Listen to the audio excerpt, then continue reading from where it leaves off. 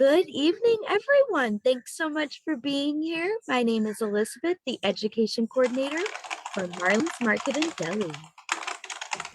Special guest that we have with us, it's always an honor to work with her, is local dietitian Cathy Hains. Thank you so much, Cathy. Hi. So you have a really important topic to share with us this evening, nutrition for healthy skin. Yes, I do. Thank you. Thank you, Elizabeth. It's always a pleasure. So I don't know if you guys can see me or not. Okay. All right. I've been doing the Zoom for like 2 years now and I still, okay. So anyway, I cannot see myself, but oh well, and that's all right. We're just gonna look at the presentation here for me. And so skin is something that I'm really interested in. I wouldn't say that I'm a skin expert by any stretch. I want to get that going right off the bat, but it's something I'm really interested in. Ever since I heard the phrase or term that you can tell someone's health by looking at their skin. And so I thought, oh, wow, that's a pretty important statement there. If anyone wants to look healthy or just be healthy, and it's just right there on your skin. So a lot of times it's something we can control. Occasionally it's something that maybe not, depending on what conditions a person has. But, I'm not a dermatologist or even a skin expert, so to speak, but it's just an area that I'm interested in. So I've just collected some information here, and hope these are kind of basics, and I hope that everybody knows this already, or can definitely learn whatever they don't know, so they can just make sure they have the basics down to go forward with some healthy skin tips. So a little bit about me. I'm a registered dietitian. I've owned Lighthouse Nutrition and Wellness here for going on 12 years, and we're about to have a hold on just a second here. Okay, give me just a moment here. I thought that you guys were seeing my screen. Apparently not. So let's see here. Okay, got it.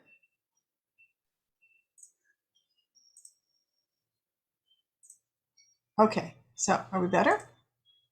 Looks great. Okay, there we go. Gosh, I just want to think I'm an expert in technology, and I just still am not. But anyway, here we go. Thank you for the help to my assistant here. So anyway, okay, what was I saying? Okay, so I have been with Lighthouse Nutrition and Wellness now for going on 12 years. In fact, we're having our celebration later on out in Gig Harbor this Saturday, actually. So that's going to be fun, an open house, so everyone's invited. And I've been doing these specialties, as you see here, mostly weight management, mainly because that really is a doorway to so many other things. So when there's a lot of extra weight, when someone is enduring, usually that opens up so many other conditions that can happen. So I just like, helping people take care of a lot of things all at once. And there's just so much out there that is confusing. And so I'd like to help people stay in track with what is evidence-based and what could be new on the horizon, but makes sense as much as possible, but always sticking to evidence-based as much as I possibly can. Disease prevention, GI, and cardiac health as well. So today we're going to talk about, just some different factors in skincare. Like I said, these are kind of basics, as you can see here. This is kind of my outline.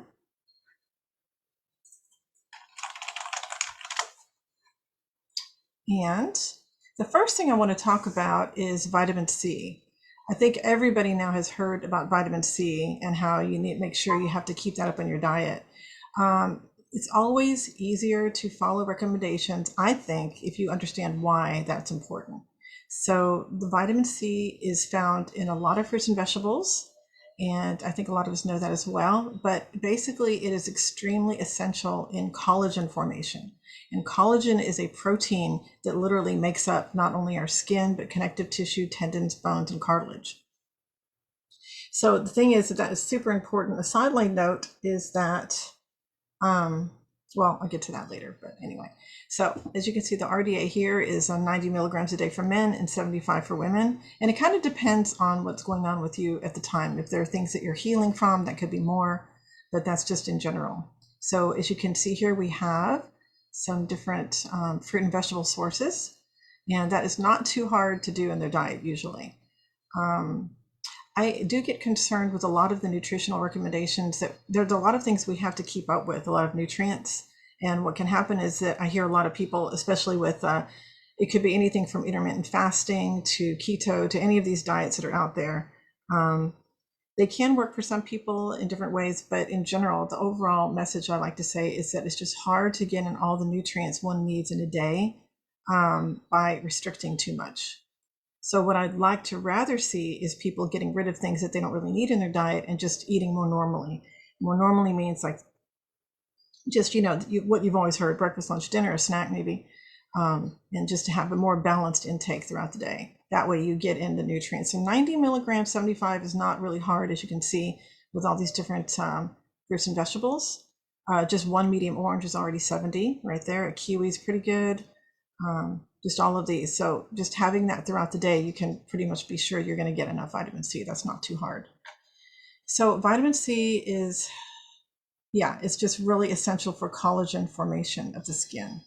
So really, really important. You can probably already tell when you're having enough fruits and vegetables that you can tell already that your skin is doing better. So that's just one nutrient and probably one of the most heard and the most obvious right off the bat, I would think. Okay, so, I think my slides got a little messed up. Okay, so forget you saw that. Moving on to vitamin A. Vitamin A is another one. It's one of the few fat-soluble vitamins that is very, very good for the skin. It helps to protect your skin. It helps it's a fat-soluble vitamin. It helps also, very importantly, because we're always having the UV rays beating down on us, but it really helps the skin to be protected. So good for eye and skin health. Usually you can see that it's mostly prevalent in the orange vegetables and fruit, as you can see there, but not always. Spinach and some of the dark greens are also very high in vitamin A. So that can always be confusing to remember, oh yeah, the dark greens as well. But a lot of the orange ones, sweet potato, cantaloupe, as you see there, pumpkin, carrots. And unfortunately, when I ask clients about their orange vegetable intake, it most of the time is just carrots. So I hear a lot about carrots, and carrots are great, but there are some other ones here, as you can see, that's really important to get a variety in the diet.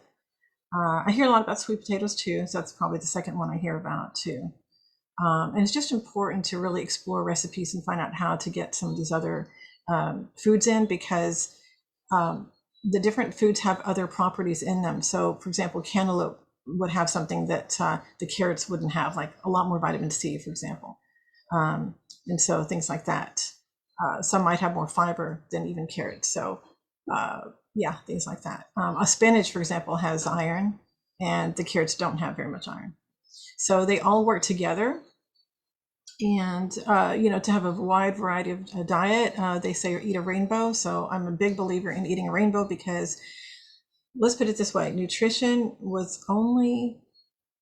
some parts of nutrition were only discovered very recently. It's an evolving science. So although nutrition per se has been around for quite a long, long time, actually, people might be surprised to know, like hundreds, even thousands of years, but actual vitamins, for example, like vitamin C was only literally discovered very definitely about 100 years ago. So, that's just something to keep in mind, is that there's just a lot that's currently being learned. So vitamin A going on here, the recommended daily allowance are here. So 900 micrograms, which is not a very big amount, but that's a bigger number right here, 700. And so I was in Marlene's just yesterday, actually, and by accident, but I got this here at this, as everyone who knows Marlene's knows they have that little juice bar. So this is a carrot, apple, ginger, beet, kale juice.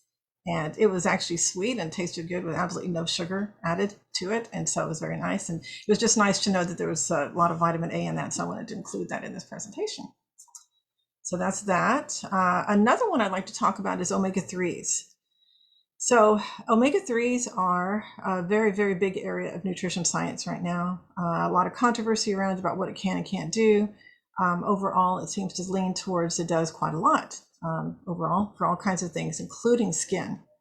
So omega-3s is an essential fatty acid. They call it EFA. So essential fatty acid. So I always quiz clients and people in my classes like, what does that mean? That means something we have to have. The body does not create that on its own.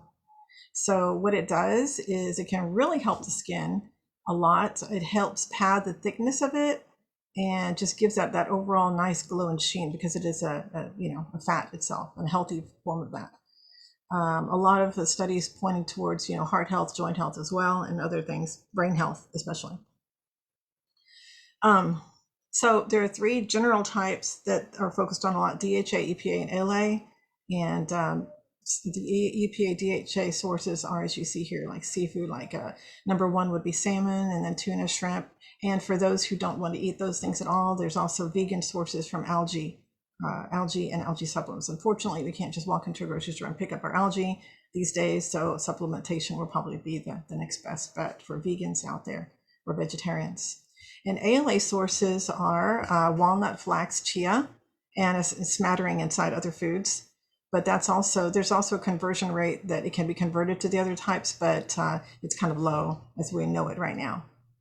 So it's important to get a good variety of those in your diet as well. And sometimes with clients who just don't ever eat any seafood and they're still learning how to incorporate walnut, flax, and chia, then we might just get a supplement going for clients like that.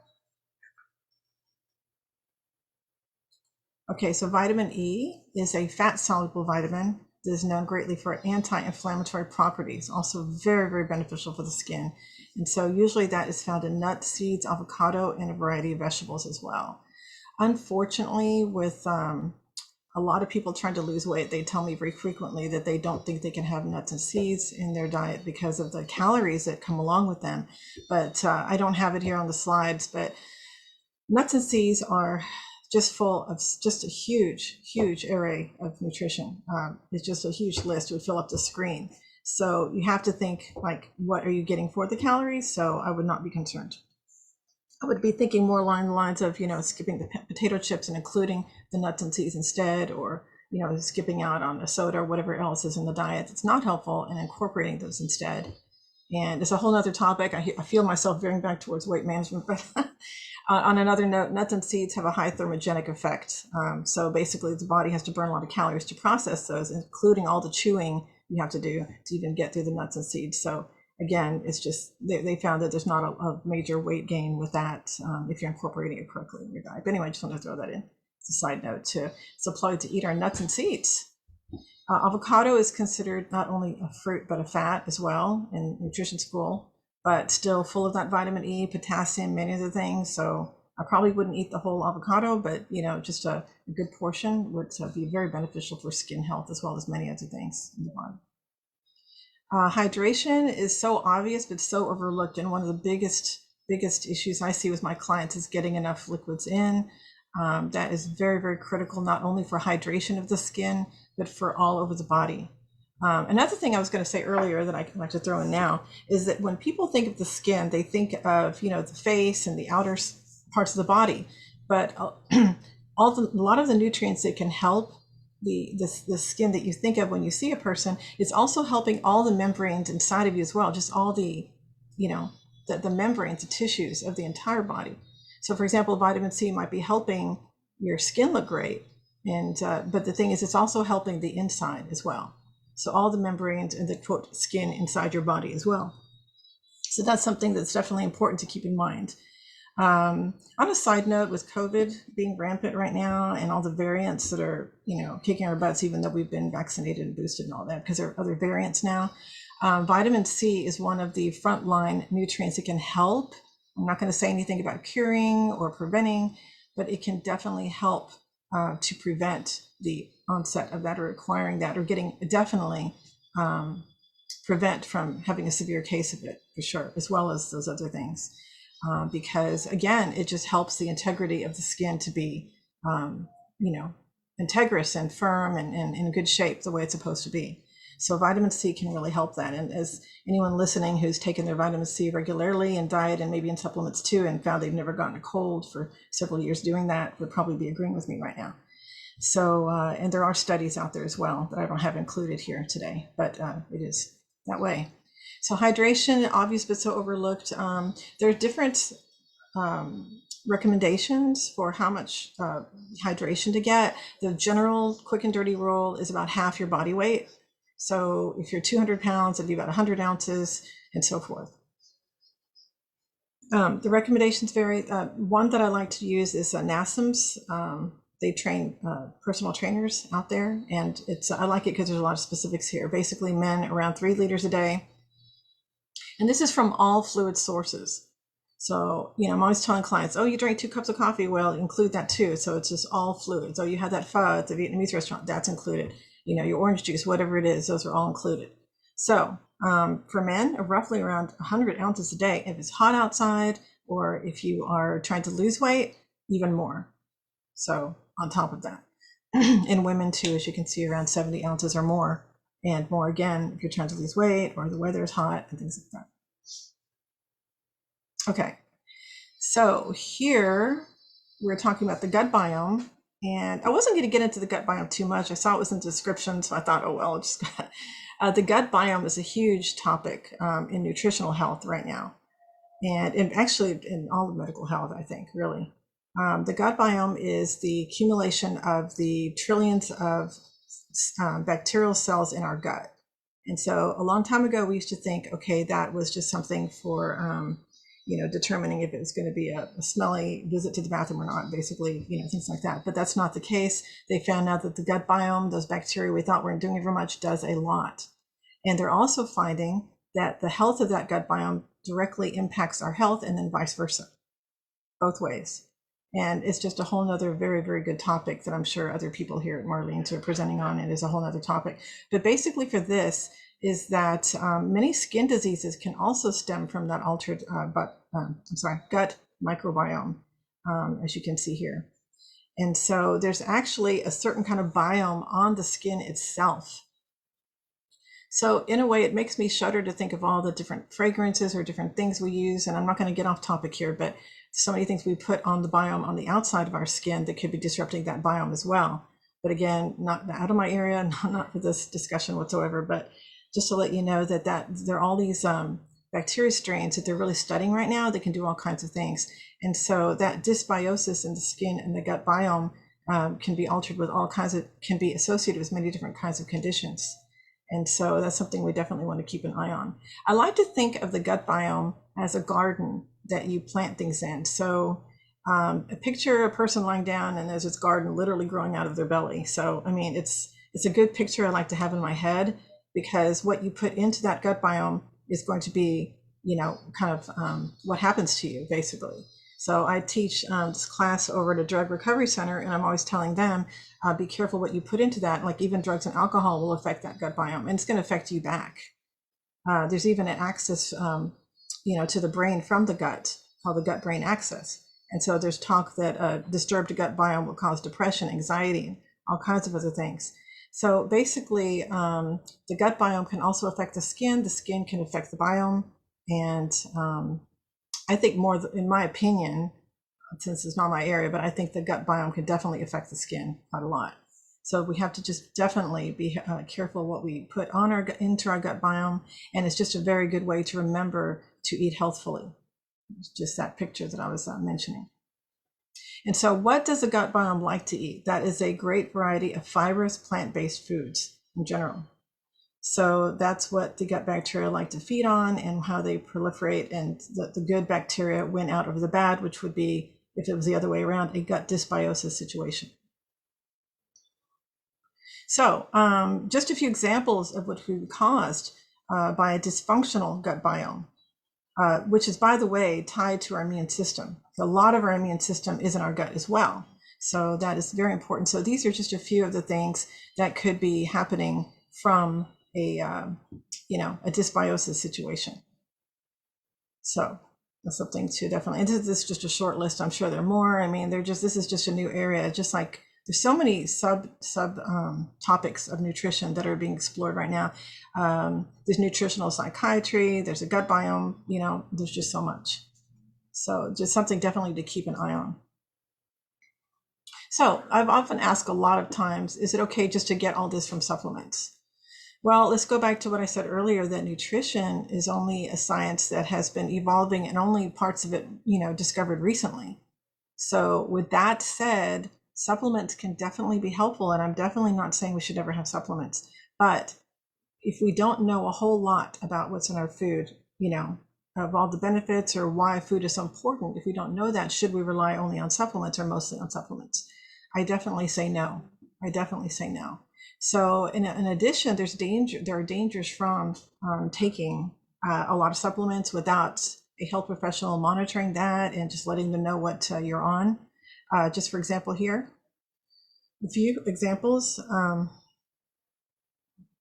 Some of the benefits were from food, not supplements, for A, K, zinc, magnesium. And by the way, another thing is that vitamin A, D, E, and K are all fat soluble vitamins. And so they can build up in the body at very dangerous levels if you're not careful. Whereas other ones like the B vitamins are water soluble, so you can more easily get rid of them from your body and urinate them. Calcium, I always try to preach calcium, getting those sources being food sources, not supplements, because there has been some talk of calcification of tissues, cardiovascular disease from too much calcium that are from supplements.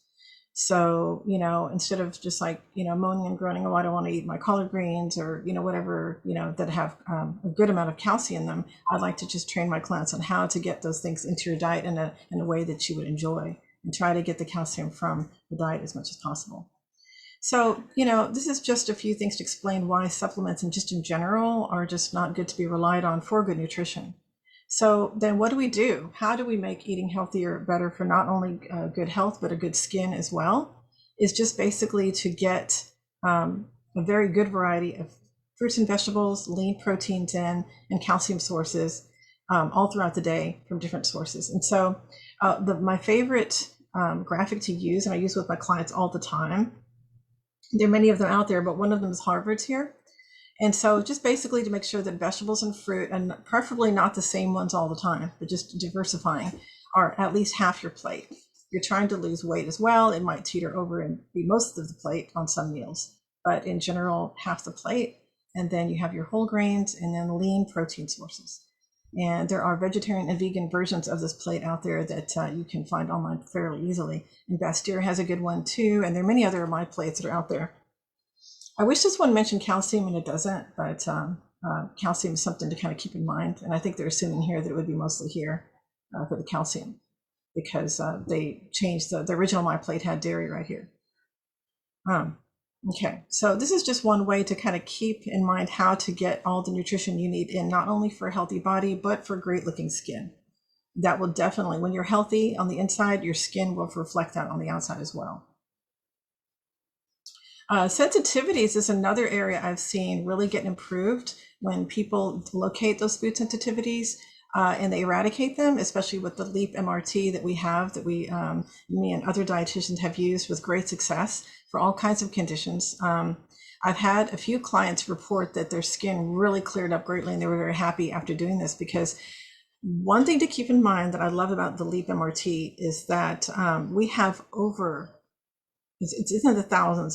Different sources say different things, but the food additives in our food supply, it's in the thousands. And each individual person probably has, I don't know, anywhere from 20 to 100 different additives they're eating on probably on a regular basis if they're not being careful with the whole foods diet. And so the thing is, when you clear that up, your liver, kidneys are working better, there's less inflammation in the body, your skin is obviously going to look better. And so some foods are very healthy. It seems like it would be healthy for everybody. But if you have a food sensitivity to it, whether it's a permanent one or a transitory one, it's still not going to be good for you. And it's something best to be avoided and just to use other foods that are not doing so. So as you can see in this, and there are a lot of food sensitivity tests out there that there are all kinds of ones. If you see IgG on there, anywhere on that test, those are the most common ones. Those are basically tests that show you more of what you ate than what you're actually sensitive to and what's causing problem. So it's very important to go with the LEAP MRT or one that's not an IgG test. So that's a whole nother topic, but this is just something you can do. I think it's the ultimate detox, because it's also called an amino-calm diet. It's also giving you a menu plan of the lowest inflammation foods for you. And so, like I said, I've seen people who had really happy with their skin after this. I even had one client who literally reversed her graying of her hair. So I'm not sure exact mechanics on that, but she literally was getting her hair color back after being on this diet. Okay, And so back to my preaching of the fruits and vegetables, did you know that only 10% of Americans roughly get their recommended amount of fruits and veggies per day?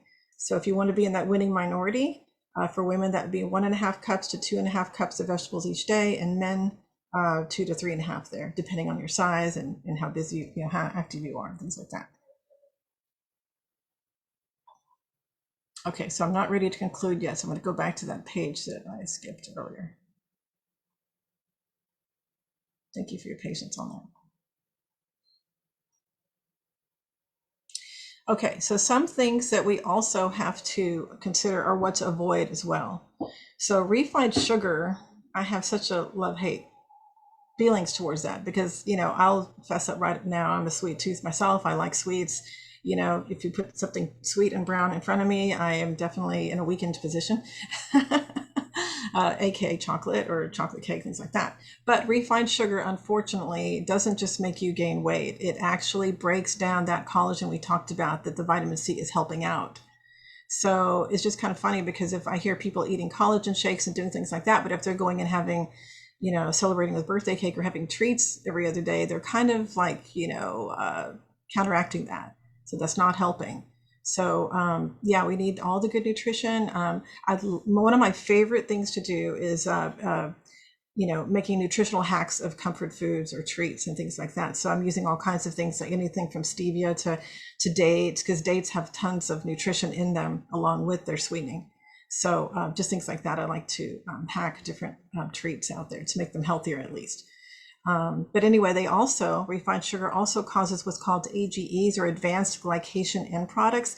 So think about it like this: when you are, and I don't know really if the ET guy here is, eating a lot of sweets. I just thought he was pretty wrinkly and I'd add him there. But okay, so anyway, think of sugar. Refined sugar is this. So from what I understand, because again, this is not my primary expertise topic, but from what I've read and understand, is that AGEs, very conveniently, acronym there, advanced glycation end products. What they do is think of as eating sweets or eating sugar, refined sugar that is, and the sugar molecules literally sticking to the proteins. And so you have skin, but now you have like it's wrinkles and sagging, and it's just weighing down that skin that you have.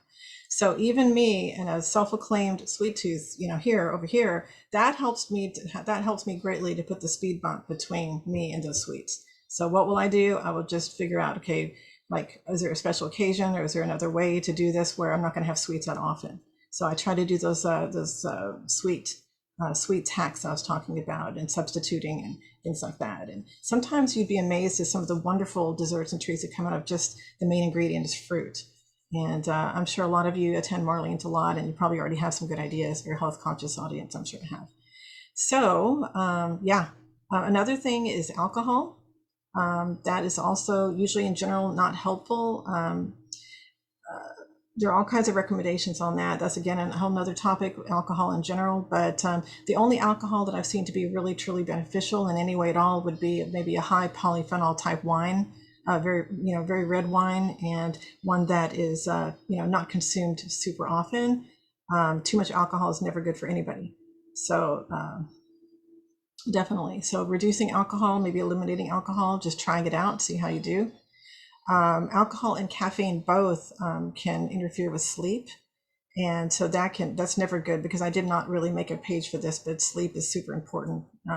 Not directly related to nutrition, but sleep is huge for skin health. So as it is with everything. So alcohol and caffeine obviously would not be good for that for many reasons. So sun exposure is interesting. I hear a lot of people say, well, I don't want to get skin cancer, so I don't go out. But if you just go out for a little bit, you can get your vitamin D naturally right now, even in the Northwest on a sunny day. So that's a good thing to do. And vitamin D is also helpful for skin health as well, and for overall health in many ways. It's important, though, to protect yourself from excessive sun exposure, of course, though, for many reasons. So that is that. Let's see, copy, we already mentioned that. Okay. So in general for alcohol, there are different recommendations. So I'll throw both of them at you. So each person has to kind of know themselves and what they want to do. But the Academy of Nutrition and Dietetics is saying no more than one per day for women of an alcoholic beverage and two for men. But if you go over to the American Institute for Cancer Research, they say they're leaning towards let's just get rid of alcohol totally. So, you be the judge of that. But from a skin perspective, like I said, other than the red wine, I haven't heard that that's going to help. In fact, it's kind of the opposite. So I think that may cover everything that I had for you today. There are definitely other factors. There's biotin. There's so many other things we could talk about. But in the amount of time I had to prepare for this and for what I have for you, this is pretty much it. So again, in conclusion, good skin represents your overall health and nutrition status, which to me is a major motivation to get our health right, and not just go home and put a lot of products on it, but actually get it good from the inside out. That is super, super important. Eating a wide variety of fruits and vegetables helps your skin hold the integrity to do its job to protect you. It's the biggest organ of the body, and it's there to protect you as a first line of defense.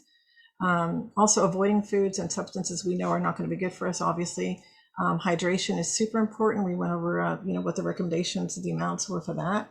Oh, yeah, and there's so many things I could say about that as well. As people get older, it's very easy to have those signals crossed where you don't think first of all, you may not even know you're thirsty. And sometimes, especially for those trying to watch their weight, you can think that you're hungry, but you're really thirsty. So if you're trying to lose weight, try drinking first, whenever possible, if you think your nutrition is overall pretty good. Some nutrients may be harder to get and the supplements may be beneficial, but overall it's better to get it from diet to start with. Determining food sensitivities could be really helpful. Also, there are gut health tests now springing out, and there's one we like called the GI map, and there's some other ones also out there that can really help you to determine if you have a dysbiosis in your gut or not. And so I've seen some really crazy things there, just seeing people get helped in that area. And as usual, just make sure that you are watching the supplements that you do take and talk to a health professional and make sure they know what's going on so they can help advise and guide you. Okay?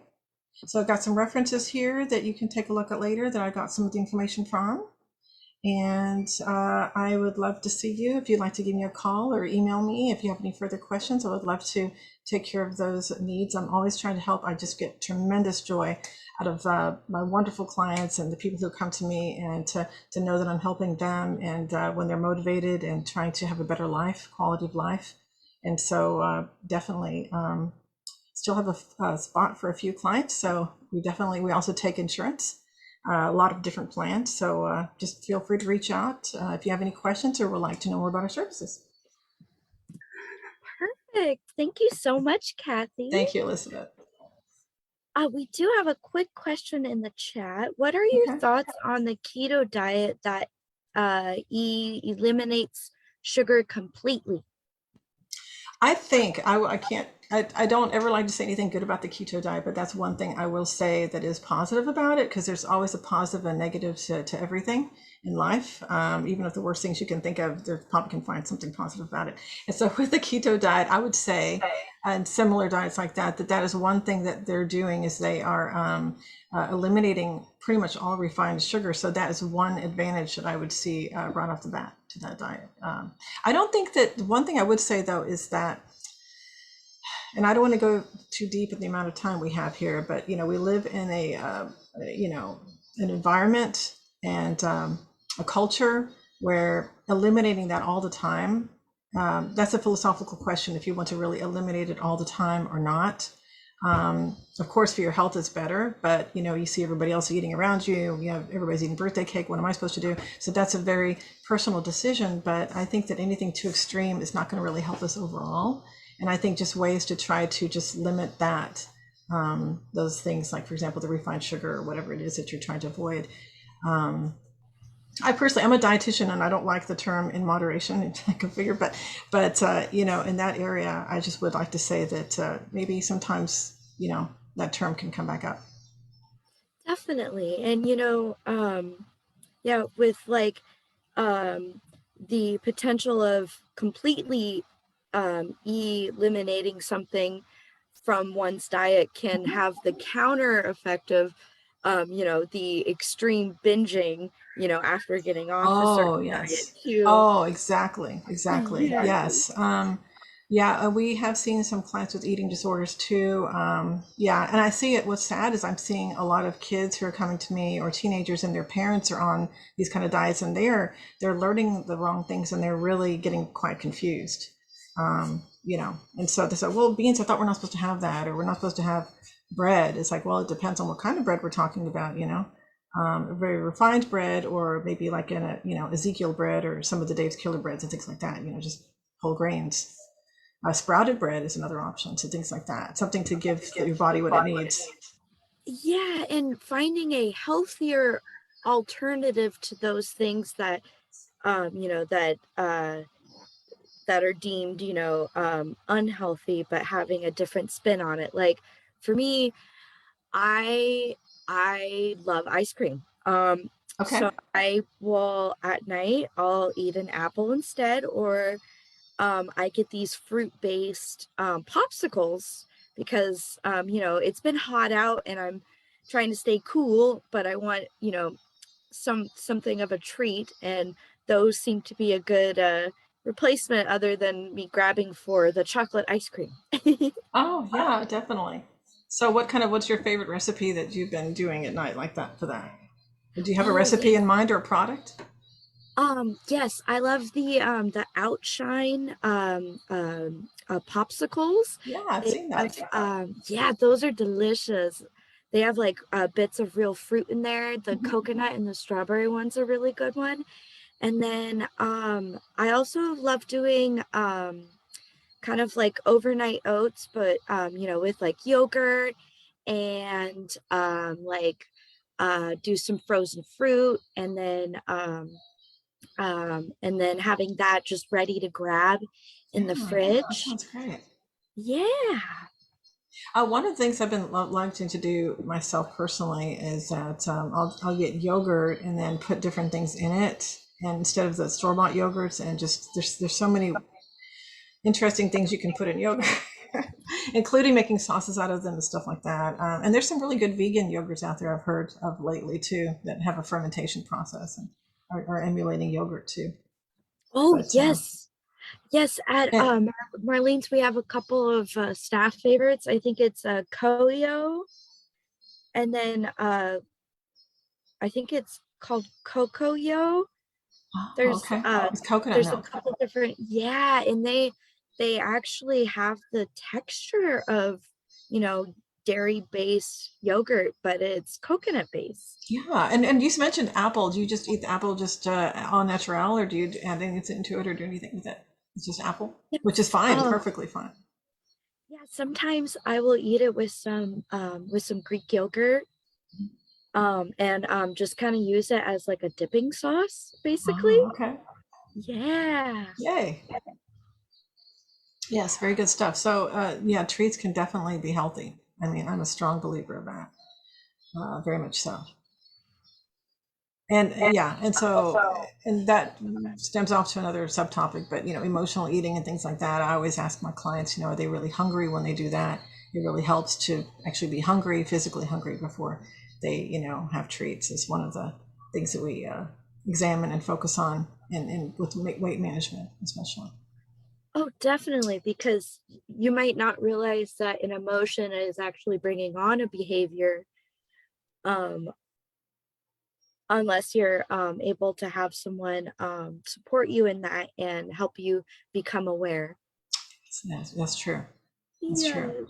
So skin is, it is an interesting topic for me. I think what's really been shocking is the vitamin C, the vitamin A, and things like that that I've seen help people. And the LEAP, the MRT, the food sensitivity testing, and diet therapy. I have to add diet therapy because it does include a meal plan, um, the general ingredients, and then with the client, I sit down and we make a menu plan. So it's something that they can fall back on if their own creativity doesn't take hold, you know. But the additives, there's so many additives. I didn't really focus a lot on that, but there are so many additives in this food supply, and that's affecting skin health. And so that's one of the benefits they see is improved skin. Oh, definitely. Yes. And